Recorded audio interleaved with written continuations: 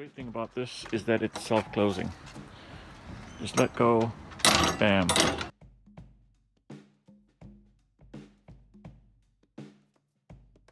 So it's a one-handed operation getting in and out. Oh, Marlo. Marlo. Well, it certainly restrains him. This is a recycled gate. It's actually a baby gate. And I got rid of all of that baby gate stuff here, just 2 screws to remove it. And I use an angle grinder to cut off the base to leave it like this.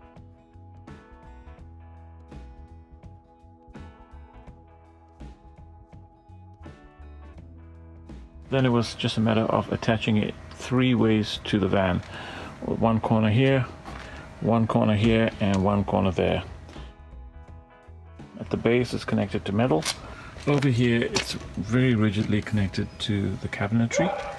And on this side it's connected to the door, not into the plastic, but actually into the metal. So this bit of the van, this metal bit goes right through, and just by lifting the rubber away you're able to drill through and gain attachment to the metal here. But it is quite a job because you'll have to remove this entire panel from top to bottom. So 2 screws up there, you've got 4 screws holding this black thing down.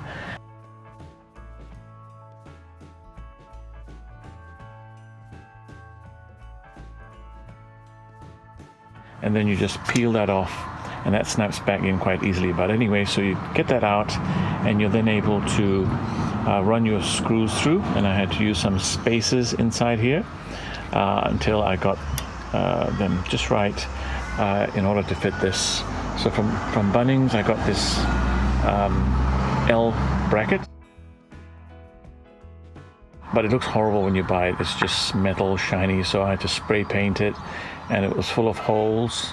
So I did some finish up by using some of this rubberized material, so just so that it looks finished. I did the same thing at the bottom there, and I used the same rubber in the corner there. Oh, by the way, when you make your pooch door for a Ducato, you've got to bear in mind that you've got this to deal with, and this rubber thing is designed to stop the sliding door from sliding too far back.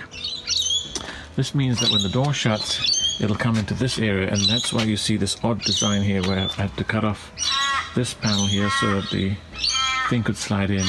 So I used some of the excess bits and pieces to make that up so that it would close. So this is an Australian latch design.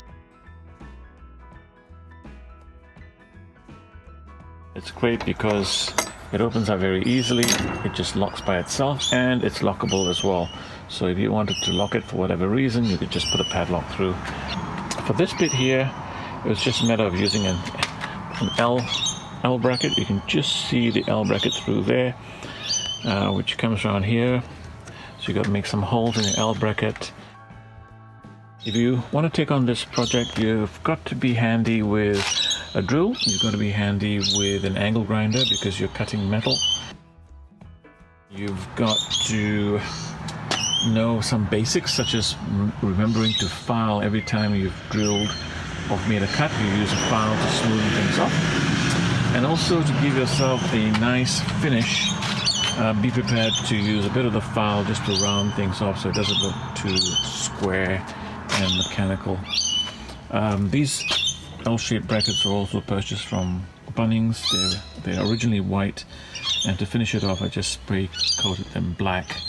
I liked these security bolts that I got also from Bunnings, a set of 4, and I did end up using all 4, 1, 2, 3 and 4, and the only difference is that they're made of stainless steel so they won't rust, and instead of having a Phillips head here, they've got a secure type of head here. Included in the pack was the head that was needed. So yeah, I'm very pleased with this. I like the way it shuts and closes, and it's very strong and rigid, and gives the whole van a good feel, a good clean feel. You know, you can just fall asleep with a dog inside, not leashed, so I highly recommend it. We took Marlowe out last night and it seemed to work really well.